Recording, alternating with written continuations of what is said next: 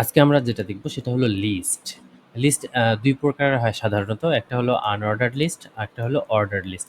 এটা একটা unordered list. এখানে কোনো A, B, C এরকম কিছু দেয়া নাই। ১, ২, ৩ এরকম কিছু দেয়া নেই। এটা একটা আনঅর্ডার্ড লিস্ট। আচ্ছা, আমরা তাহলে শুরু করি।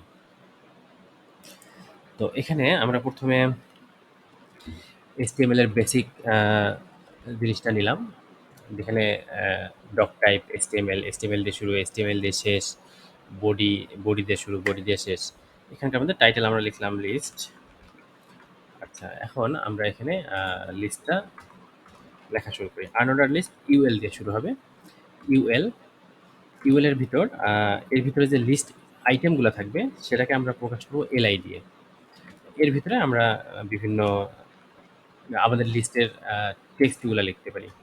আইটেম 1, এটা 4, 3, 2। ওকে। তো এটা আমরা আউটপুটটা দেখি। আউটপুটটা দেখতে গেলে আমরা এটা রান করি। তো আইটেম 1, আইটেম 2, আইটেম 3, আইটেম 4 এটা একটা লিস্ট আকারে আসলো আমাদের এখানে। উম, এখন আমরা যদি এটাকে এরকমই একটা লিস্ট, যেটাকে যদি আমরা অর্ডার লিস্ট আকারে লিখতে চাই, তাহলে আমরা লিখব, শুরু করব ওএল। ওএল অর্থ হচ্ছে অর্ডার লিস্ট। আর এটার লিস্ট আইটেমগুলো সেম এলআই আগের আনার লিস্টের মতোই। তো এখানে আমরা লিখি অর্ডার লিস্ট 1,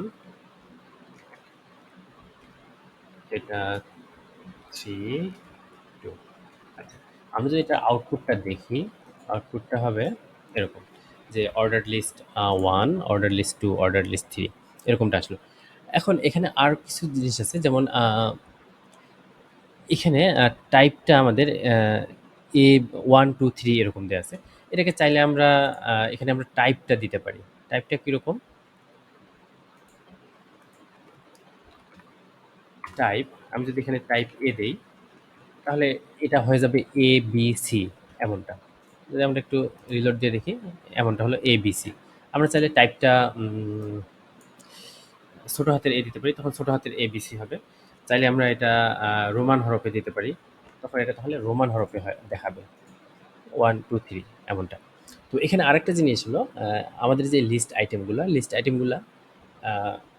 আইটেমের ভিতরে আমরা আরেকটা লিস্ট অর্ডার লিস্ট বা আনঅর্ডার লিস্ট আমরা নিতে পারি। আবার তার মাঝে ইমেজ বা অন্যান্য এলিমেন্টও আমরা নিতে পারি। আমরা একটু দেখি, যেমন এই অর্ডার লিস্ট আইটেম 1 এটার ভিতরে কিছু সাব আইটেম আমরা নিই। তাহলে সেক্ষেত্রে আমাদের এখানে এখানে আমরা একটা আনঅর্ডার লিস্ট নিই। আনঅর্ডার লিস্ট নিলাম। আচ্ছা, এখানে আমরা এলআই নিই। এলআই এখানে দেই সাব আইটেম 1।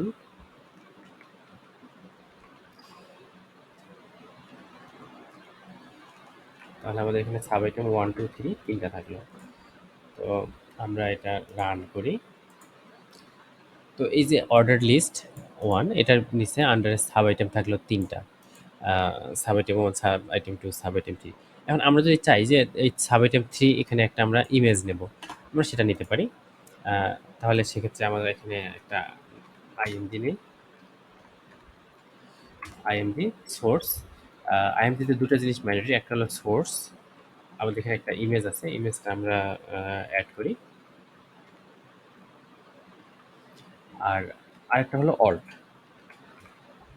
অল্ট এটা হলো এরকম যে এই অ্যাট্রিবিউটটার মানে হলো, যদি ইমেজটা কোনোভাবে লোড না হয়, সেক্ষেত্রে সেই ইমেজটার মানে ব্রাউজার যদি কোনোভাবে ইমেজটাকে খুঁজে না পায়, তাহলে এই ব্রাউজার কি দেখাবে অল্টারনেটিভ হিসাবে।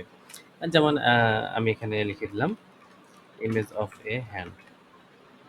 তাহলে ইউজাররা বুঝতে পারবে আসলে এখানে একটা ইমেজ ছিল, ইমেজের জায়গায় এটা শো করতেছে এমনটাই। তো আমরা এটা লোড করি। তাহলে এই যে সাব আইটেম 3 এটার সোজায় এই ইমেজটা অ্যাড হয়েছে। ইমেজটা অনেক বড় দেখাচ্ছে, আমরা একটু ছোট করে দিই। উইথ এটা ইমেজের আরেকটা অ্যাট্রিবিউট। উইথ আমি দেবো তাহলে সেক্ষেত্রে 100 পিক্সেল দিই। তাহলে আমার 100 পিক্সেল উইথ। ওকে। লিস্ট মূলত এটাই।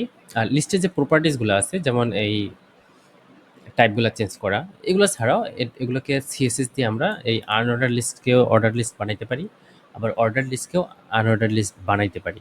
তো সেটা আমরা সিএসএস সেকশনে দেখব। ওকে, আজকে এ পর্যন্তই। থ্যাংক ইউ সবাইকে।